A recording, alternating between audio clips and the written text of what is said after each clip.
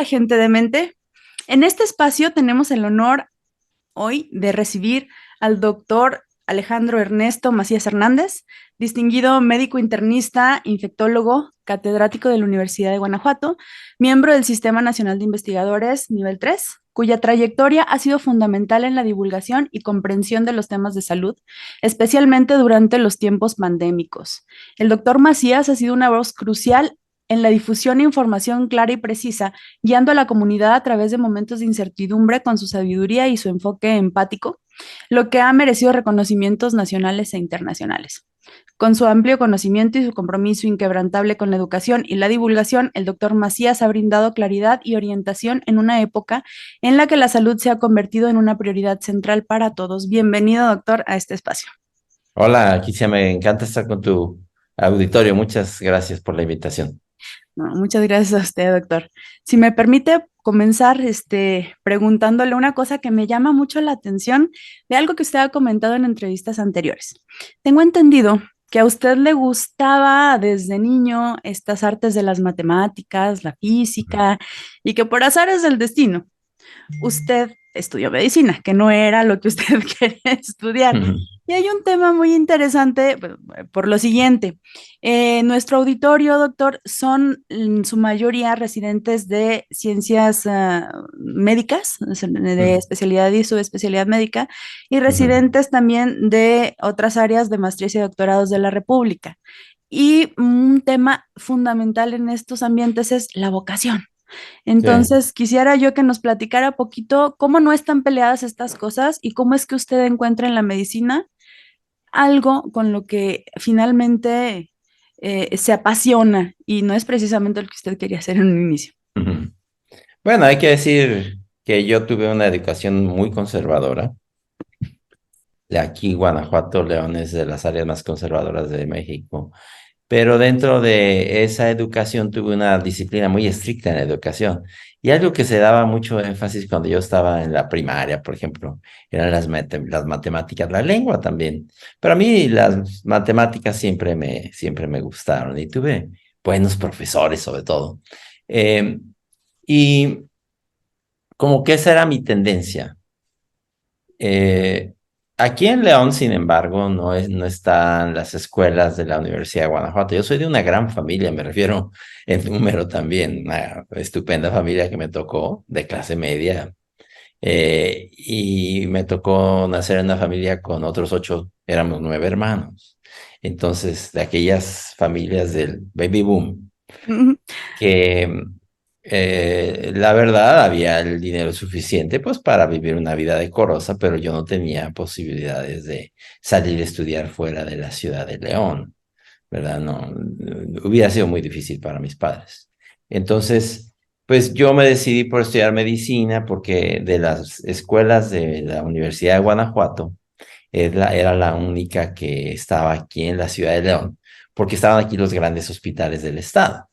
Entonces, pues, no es que me desagradara estudiar medicina. Y ahora que hablas de las vocaciones, yo creo que más importante que lo que te pase es cómo reaccionas a lo que te pasa, ¿verdad? O sea, porque yo no creo, como lo he dicho también por allí en otras circunstancias, en otras ocasiones, que haya una vocación y que tú ya no la puedas cambiar, ¿verdad? O que te manda de alguna manera, es una vocación que viene del cielo y ya es lo que tienes que hacer porque es tu vocación. Yo no creo en eso, ¿eh? Sí creo que hay habilidades, digamos, si mides 1,40, pues no puedes ser un basquetbolista profesional, digo, eso es evidente, ¿no? Pero dentro de todo eso, pues las demás habilidades las puede uno ir moldeando. Entonces, yo hice medicina porque es lo que podía hacer y porque creo que todos nos podemos adaptar a lo que nos toca hacer. Ahora, tampoco quiero decir que si te toca hacer algo que definitivamente no te gusta, ya te fregas y lo tienes que hacer de todos modos. No, no, no, yo no quiero decir eso.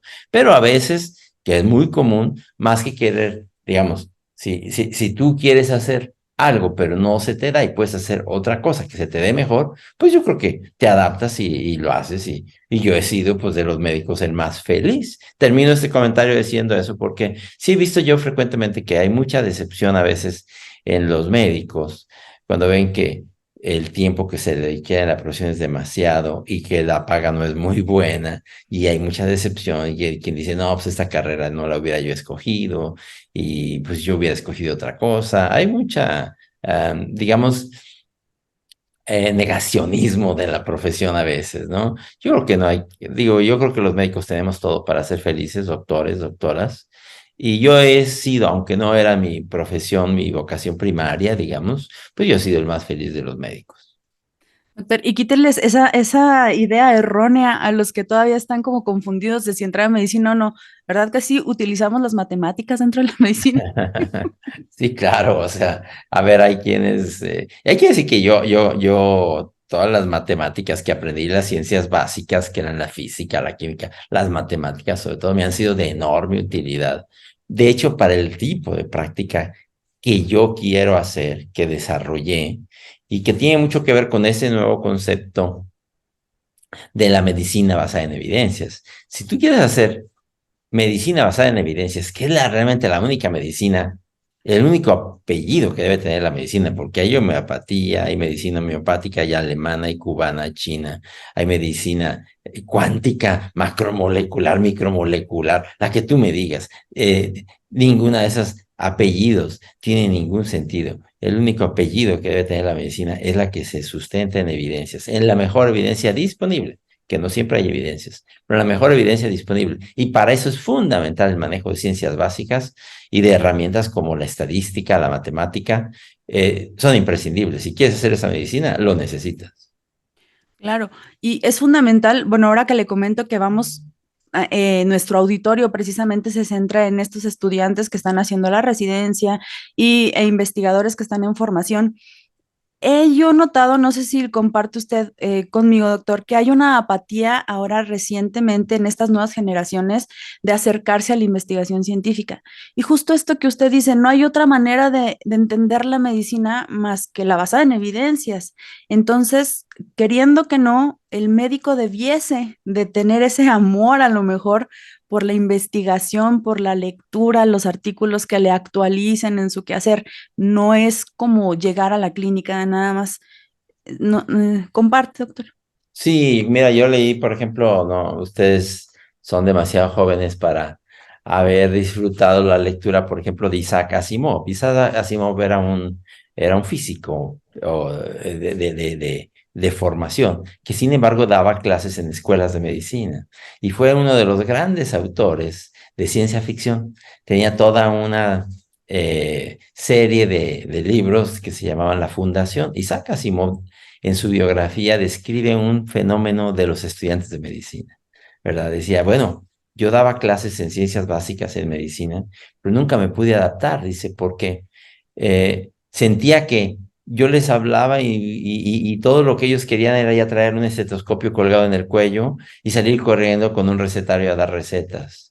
Y sentí que nunca pude. Fíjate, estamos hablando de estudiantes en los Estados Unidos, ¿verdad? Y yo creo que eso nos pasa también a nosotros. A veces desde que entramos a la escuela de medicina, entramos con esa idea del Doctor House, no sé, de un poco una idea romántica de cómo vas a desarrollarte ya en la clínica, sin pensar que realmente la fortaleza de tu desarrollo y de tu práctica, pues son las ciencias básicas, que incluyen no solo la fisiología, la anatomía, la estadística, la bioestadística, y la interpretación de los datos, como dices, la lectura crítica. Y para llegar a todo eso, te sirve mucho también estar interesado por la investigación. A lo mejor no la vas a hacer toda la vida, pero al menos vas a poder sistematizar tu práctica y tus propios datos para poder, de una manera crítica, leer lo que hacen los demás. Termino este comentario diciendo, tú ves que, por ejemplo, en el Twitter, donde digamos que no campea la amabilidad, tú pones cualquier cosa y dices, yo creo que esto no sirve para nada.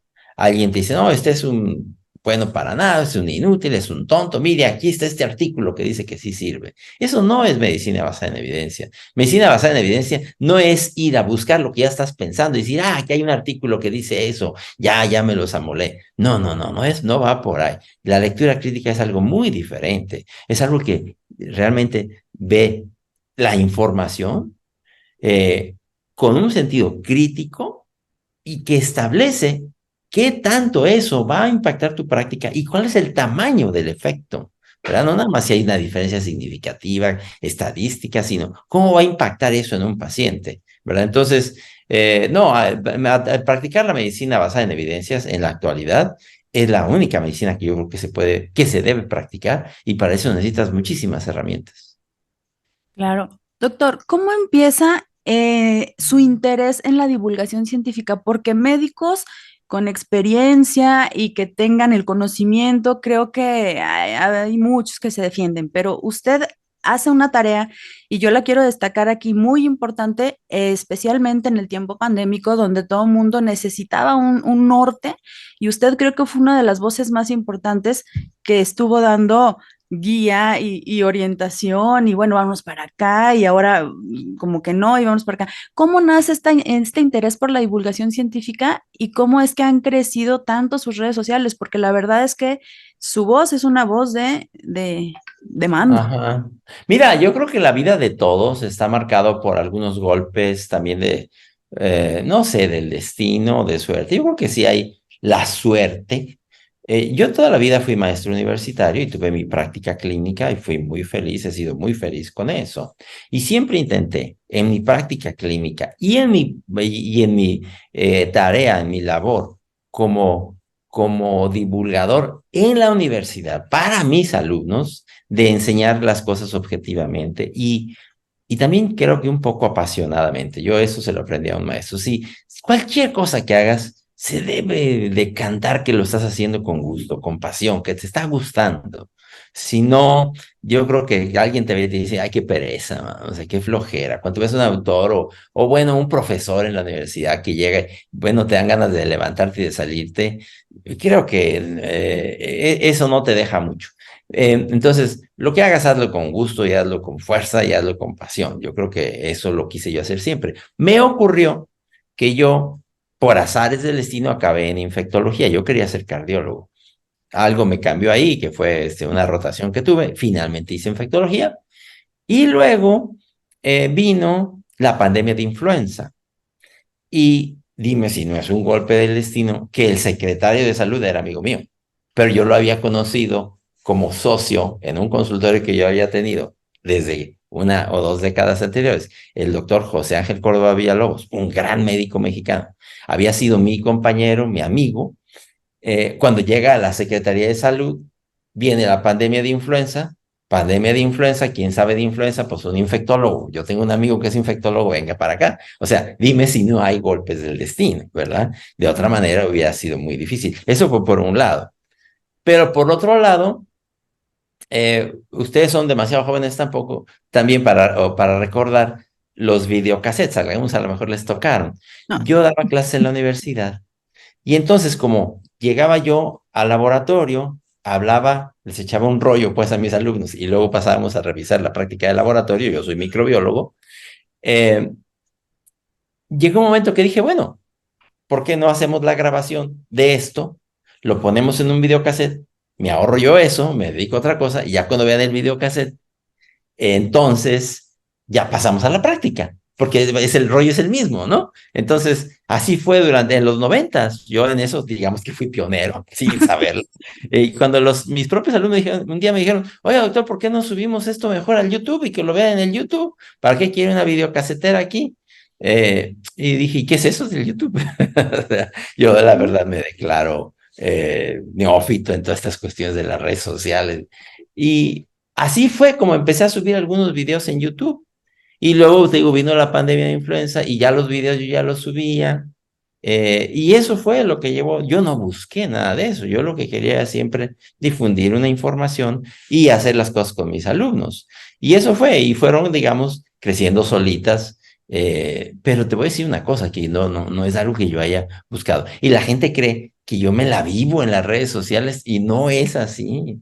Si ustedes se fijan, por ejemplo, ya con eso termino este comentario, yo lanzo muchos tweets por ahí de las 3 o 4 de la mañana, ¿verdad? De hecho, fíjense que mis tweets en general son en la madrugada. ¿Por qué? Porque soy muy malo para dormir, me levanto, me despierto y luego a lo mejor digo, a lo mejor medio dormido un día voy a poner una tontería o las pongo de común, ¿verdad? Pero no se pues crean que yo me la enciende vivo. la hoguera y se va a dormir, doctor. Pues sí, ¿verdad? O sea, porque cuando amanezco ya es aquello un Ya se encendió. desastre. Pero eso es, o sea, eso, creo que es importante eso, ¿eh? Cuando tú te metas en las redes sociales, eh, no debes estar persiguiendo tener seguidores, ¿no? Ay, es que yo tengo 100,000 seguidores. No, yo tengo 200,000. Ay, este es más fregón porque tiene 1,000,000. No, digo, al final, por ejemplo, el Twitter, que es algo que yo uso mucho, es una bitácora. Es una bitácora de lo que pienso y lo que digo. Y ahora trato de hacerlo cada vez con más responsabilidad. Digo, pues a veces dice uno tonterías, ¿no? Y lo dice sin mucho cuidado, ¿no? Dilo con cuidado. No sueltes, piénsatela antes de poner el botón, porque una vez que lo pones, ya no hay manera de echarlo para atrás, ¿eh? Ya no hay manera. Y bueno, a lo mejor tú tienes 1,000 seguidores, 2,000, 5,000, no sé, 100, pero tú, por ejemplo, revisas si estás en Twitter o en Facebook, algunos de tus posteos de los años anteriores y dices, yo puse eso, ¿verdad? Es una bitácora también para ti. O sea, el principal usuario de tus redes sociales eres tú, ¿verdad? Es una bitácora de cómo vas pensando y cómo vas cambiando en el tiempo. Ese es el principal uso, yo creo, de las redes sociales. Entonces, no me digan que, ay, yo no pongo nada porque pues no tengo seguidores, tengo muy pocos. Eso no es el objetivo. Y si no tienes seguidores, entonces, ¿por qué pusiste ahí que desayunaste hoy en la mañana chilaquiles con huevo? Porque lo pusiste. Entonces, si algo pones, ¿no? Entonces, yo creo que las redes sociales hay que usarlas sobre todo para ti mismo, para ti misma, e ir cambiando y ver cómo vas cambiando tu manera de ser y de pensar en el tiempo. ¿Alguna vez se ha sorprendido de algo que puso en el pasado y que usted haya Sí, dicho, ¡ay! sí, sí. Mira, ahora, por ejemplo, yo soy mucho más consciente de, de cuestiones de género y eso que uno dice a veces y mira, yo cuando era chico veías alguien que tenía sobrepeso y le decías, hola, gordo, que quién sabe qué, alguien que no tenía, oye, pelón, alguien que era muy moreno, oye, negro, no teníamos, digo, eso no era malo, o No se sea, ofendían. no, nadie se ofendía por eso, era lo normal. Y todo el mundo tenía apodos, ¿verdad? Todo el mundo tenía apodos y poco a poco te vas dando cuenta que eso ya es más sensible, ya no puedes expresarte así, ya tampoco, bueno, ya a veces hay sensibilidad hasta de cuestiones que no te imaginarías o yo no me hubiera imaginado hace 20 años, ¿verdad? O sea, que alguien se pueda, por ejemplo, molestar porque yo digo que yo no, por ejemplo, que yo no hago, digamos, el aseo frecuente de la casa y que eso lo hace alguien más. Y dice, oye, ¿y usted por qué no lo hace, verdad? Y entonces, ¿a quién pone a hacer el aseo? Usted es un explotador, y espérame. O sea, yo te voy a decir cómo hago yo y cómo dividimos el trabajo en mi casa. Ese tipo de cosas, o sea, te das cuenta cada vez más, ¿verdad? Yo siempre he pensado, por ejemplo, te voy a decir una eh, discusión que tuvimos en estos últimos días en Internet. Y también, como dices, yo ni cuenta me doy a veces, puse algo que me parece muy natural y no, cuando pensé ya me estaban echando, como dicen ahora los chavos, la aburridora, ¿no?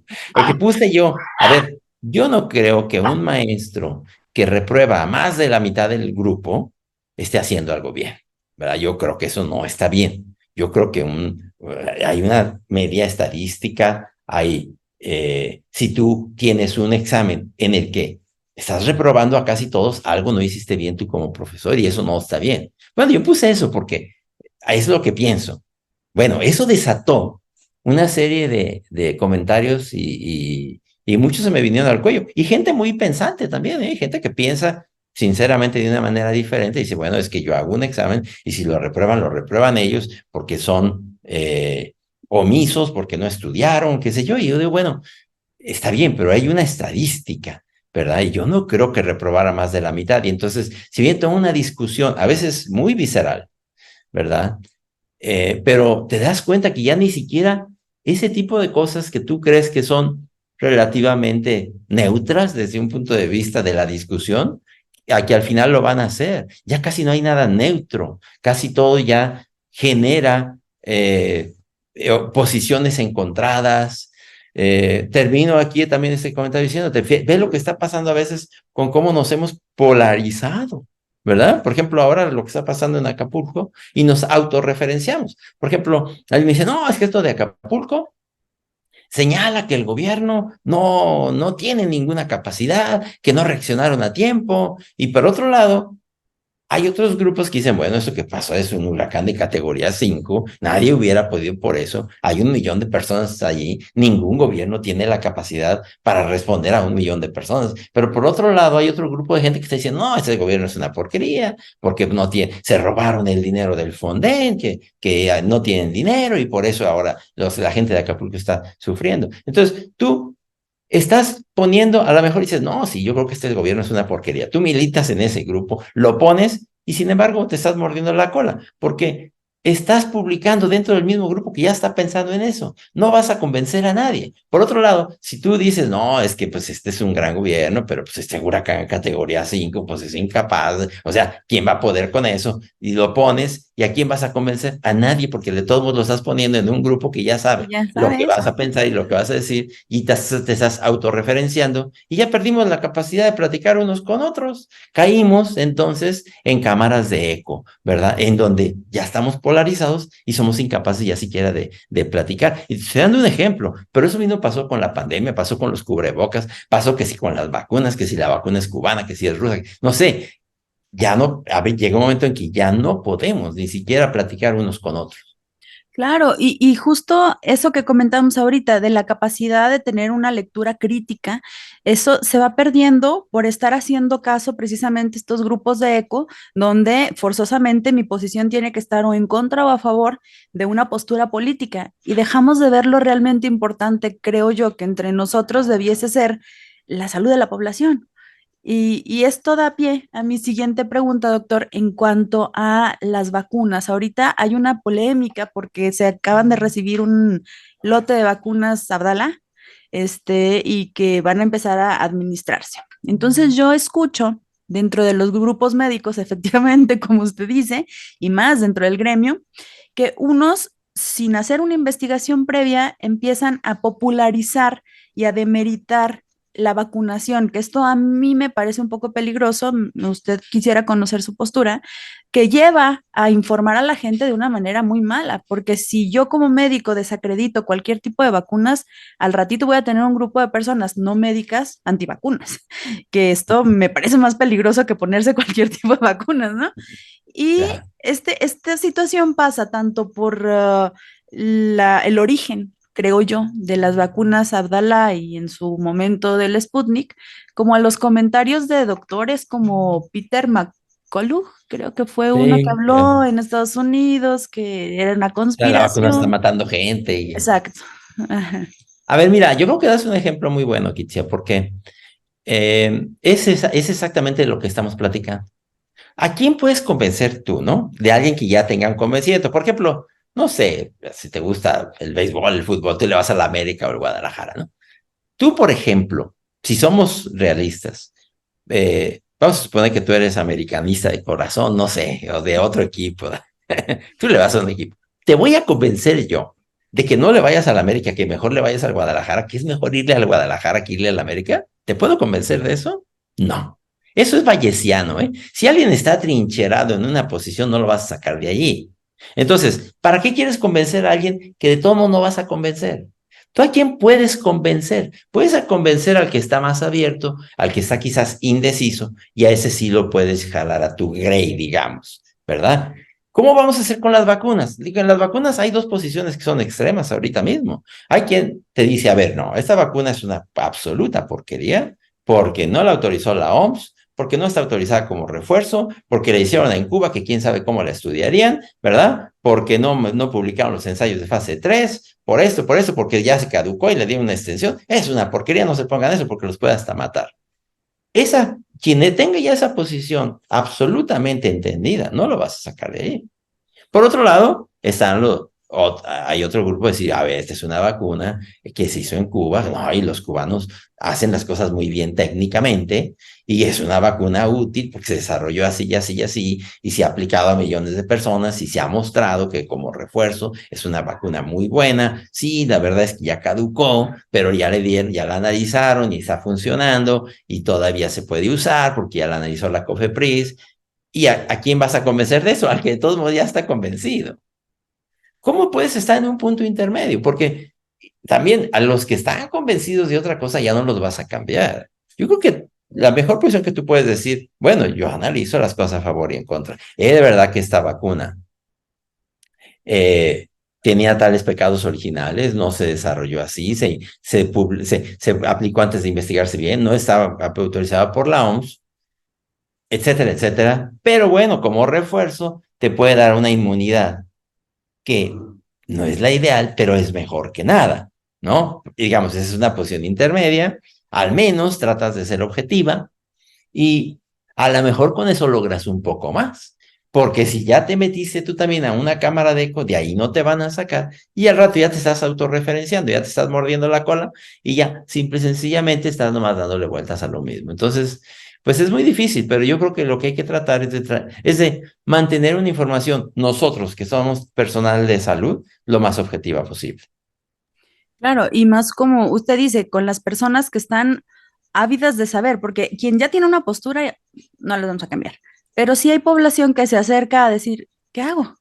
A ver, bueno, pues viene esto, tenemos esta posición, pero de todas maneras hay quien se acerca al gremio a decir, ¿qué hago? Y aquí me parece muy importante, pues lo que veníamos comentando desde el principio, el acercamiento, la lectura, la actualización. Em, Ahora, otra cosa que me interesaría comentar con usted, porque hay algunas publicaciones que han salido, porque nosotros nos acercamos a las lecturas de revistas indexadas, ¿verdad? Y de Claro. alto impacto y lo que más evidencia científica nos pueda aportar. Pero luego nos topamos con casos como de otras investigaciones que después tienen que quitar de ciertos investigadores, donde la verdad se carece de mucha, pues hasta de ética profesional, ¿no? En el proceso de investigación. Como Mira, a ver, es investigador. que Ujú. me tomo un minuto para este comentario, Gilcia. A veces lo que no sabemos interpretar es el tamaño del efecto.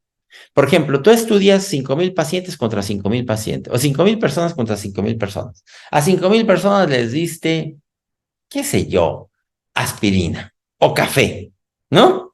Y comparaste unos con otros a ver si tenían un mejor control de la presión arterial o tenían más o menos de esto o aquello, y te das cuenta que hay una diferencia entre los que se los diste y los que no se los diste, ¿verdad? Y analizas esa diferencia y es significativa estadísticamente. Dices, ah, no, entonces tome café, tome aspirina, hágale así, porque mire, aquí está, eso es evidencia. Bueno, pero ¿cuál fue el tamaño del efecto? Cuando tú analizas el tamaño del efecto, y es algo que no, a veces no estamos capacitados para leer de una revisión crítica. Cuando tú analizas el tamaño del efecto, te das cuenta que para que una persona tenga menos problemas del que tú o que se gane más vida, más sobrevida, necesitarías que algo así como 2.000 personas tomen aspirina o tomen café para ganarte en promedio eh, un rango de vida que tú estableciste en un mes más de vida. Entonces dices 2.000 que necesitan tomarse esto o hacer ejercicio, qué sé yo, ¿verdad? Hacer una hora de ejercicio contra hacer media hora y dices, es mejor hacer una hora que media hora. Y luego dices, es que los que hacen una hora se ganaron un año más de vida. Bueno, pero analizaron 1.000 contra 1.000, se ganaron un año de más de vida, que se pasaron en el gimnasio de todos modos. Entonces, no, pues como que no. Eso yo creo que nos está faltando mucho cuando valoramos las evidencias, no nada más que haya una diferencia, sino que sea no solo de diferencia estadísticamente significativa, sino que tenga un impacto clínico y en la práctica al final en el estilo de vida, en la capacidad para vivir más y mejor, qué sé yo. Pero eso es lo que nos falta frecuentemente, el tamaño del efecto. Y las condiciones donde se estudió, como lo que comentaba usted del café, ¿no? Y del tabaco, que cuando analizaban a las personas que tomaban café, usualmente las personas que tomaban café fumaban, y no era Claro. precisamente el efecto del café, sino que era el efecto del tabaco. Y Entonces, sin embargo, si tú no sabes analizarlo bien críticamente, acabas concluyendo o te pueden convencer que es muy malo tomar café. De hecho, fíjate que eso tuvo mucha importancia en la economía de América Latina. América Latina era una gran producción internacional de café, Colombia lo era. Cuando vino toda una campaña contra el uso del café porque le echaron la mala onda de que el café estaba causando infartos y embolias y cáncer de esto y de aquello, en revistas como el Selecciones del Reader Digest, se lo creyó medio mundo y entonces dejaron de comprar café. ¿Qué hicieron, por ejemplo, los sudamericanos? ¿Qué hicieron los colombianos, los que sembraban café en diversas regiones de América Latina? Cuando ya no les compraron el café, ¿qué hicieron? ¿Qué sembraron? Droga, ¿verdad? Porque era lo que tenía un mercado. Y entonces eso tuvo consecuencias de otro tipo también. Y fue simple y sencillamente haber concluido erróneamente por una asociación espuria que el café era malo. Ahora resulta que el café es bueno. Ajá. Claro. Doctor, ya para terminar, porque yo sé que tenemos como el tiempo medidito, quisiera saber, porque vienen muchas cosas, ¿no? Ha hablado usted del virus de Napa, hablamos de las chinches hace como un mes, ya estamos Ujú. como saliendo del COVID. ¿Qué nos espera epidemiológicamente? ¿Cómo se viene el panorama epidemiológico de México? Mira, la naturaleza es bioterrorista, ¿eh? En primer lugar, yo creo que el principal problema que tenemos en México es que no tenemos un sistema primario de atención. Fíjense cómo la gente ya no va a, a atenderse a los consultorios del Seguro Social o del ISSSTE. La gente está yendo a atenderse a los consultorios anexos a farmacias, donde no hay regulación, donde frecuentemente se sobremedican y se te descuidan cuestiones fundamentales como la oxigenación, la hidratación, o te dan tratamiento y te descuidan el control de la diabetes, te descuidan, te dan un bomberazo, digamos, ¿no? Pero no hay una regulación, es un gran problema. México ha perdido su sistema primario de atención. Tenemos que ir hacia allá, un mejor sistema de atención, mejores hospitales. Nuestros hospitales se encuentran en condiciones críticas, precarias. No tenemos camas de terapia intensiva, por ejemplo, nos faltan. No tenemos una buena red nacional de diagnóstico. Tenemos que hacer muchas cosas, tenemos que mejorar, porque evidentemente muchas cosas no las hemos hecho bien. Tenemos que ir hacia algo mejor. Mira, una de las cosas que también los médicos, los estudiantes, siempre quieren hacer es la especialidad médica. Está bien, pero yo una cosa que he insistido, realmente, ¿qué le hace falta, por ejemplo, a países como México, no nomás México, Colombia, mucha Latinoamérica? ¿Qué les hace falta más a todos esos países? Buenos médicos generales. El problema está en que al médico general le hemos quitado a veces hasta su dignidad. Lo ninguneamos, ¿verdad? Y cuando que no hay nada más difícil que ser un buen médico general. Yo que soy subespecialista, te digo, pues en comparación con ser un buen médico general, es relativamente fácil ser un buen subespecialista. Pero yo lo que le digo ahora a las nuevas generaciones, también piensen en hacer una buena medicina general y allí puedes ser tu propio patrón. Ahí puedes ser empresaria, puedes ser empresario, puedes poner servicios de curaciones, de una farmacia, qué sé yo, y poco a poco ir creciendo como empresario también lo puedes hacer. No te vayas nada más porque por fuerza tienes que hacer el camino de la especialidad porque la especialidad es muy dura, hay mucho bullying allí también, y no necesariamente es lo que más necesitas tú o más necesita el país. Hay otras cosas que se pueden hacer ahora. Sí, sí, claro. Y dar una buena atención de primer nivel también. Hablaba Claro. usted, por ejemplo, del éxito relativo, ¿no? Que tienen estas prácticas como la herbolaria, como la homeopatía, y entendemos que el éxito de muchas de estas cosas se deben a la relativa buena praxis que pueden tener, el acercamiento, el contacto, la atención. No tan, Te tratan bien, te hacen exacto, piojito, ¿verdad? Que a ajá, veces es exacto, lo que no ajá. hacemos nosotros, no le dedicamos siquiera a platicar un poquito. Yo digo, oye, por lo menos cuando vas a ver un paciente, no te quedes sentadote en tu escritorio, no te quedes sentadota, levántate, sal a la puerta a recibir a tu paciente, trátalo con cariño. Esa primera relación, bien lo dicen, la primera relación jamás se olvida. De ellos, de esa medicina que tanto criticamos, todas esas terapias alternativas. Aprendamos lo bueno. ¿Qué tienen de bueno? Te dan tiempo, te dan cariño, te hacen piojito, Te qué sé yo, voltean a ver te a hacen los sentir ojos. bien, te voltean a ver. Aprendamos eso también, eso sí lo podemos aprender de ellos, desde luego. Ujú. Doctor, le agradezco mucho su tiempo. ¿Algún mensaje final que nos quiera dar para la gente del canal? Bueno, a ver, yo creo, como les decía, que em, hay que reaccionar a lo que te ocurra, ¿no? Yo creo que, como decía, más importante que lo que te ocurre es cómo reaccionas a lo que te ocurre. Te pueden ocurrir de muchas cosas. La vida también es probabilística. Eh, cuando tengas fracasos, todos los tenemos, no te... lo que se trata es volverse a levantar. Aquí, quien más decía uno de los grandes empresarios de la Motorola, si mal no recuerdo, es que el éxito es 99% fracaso.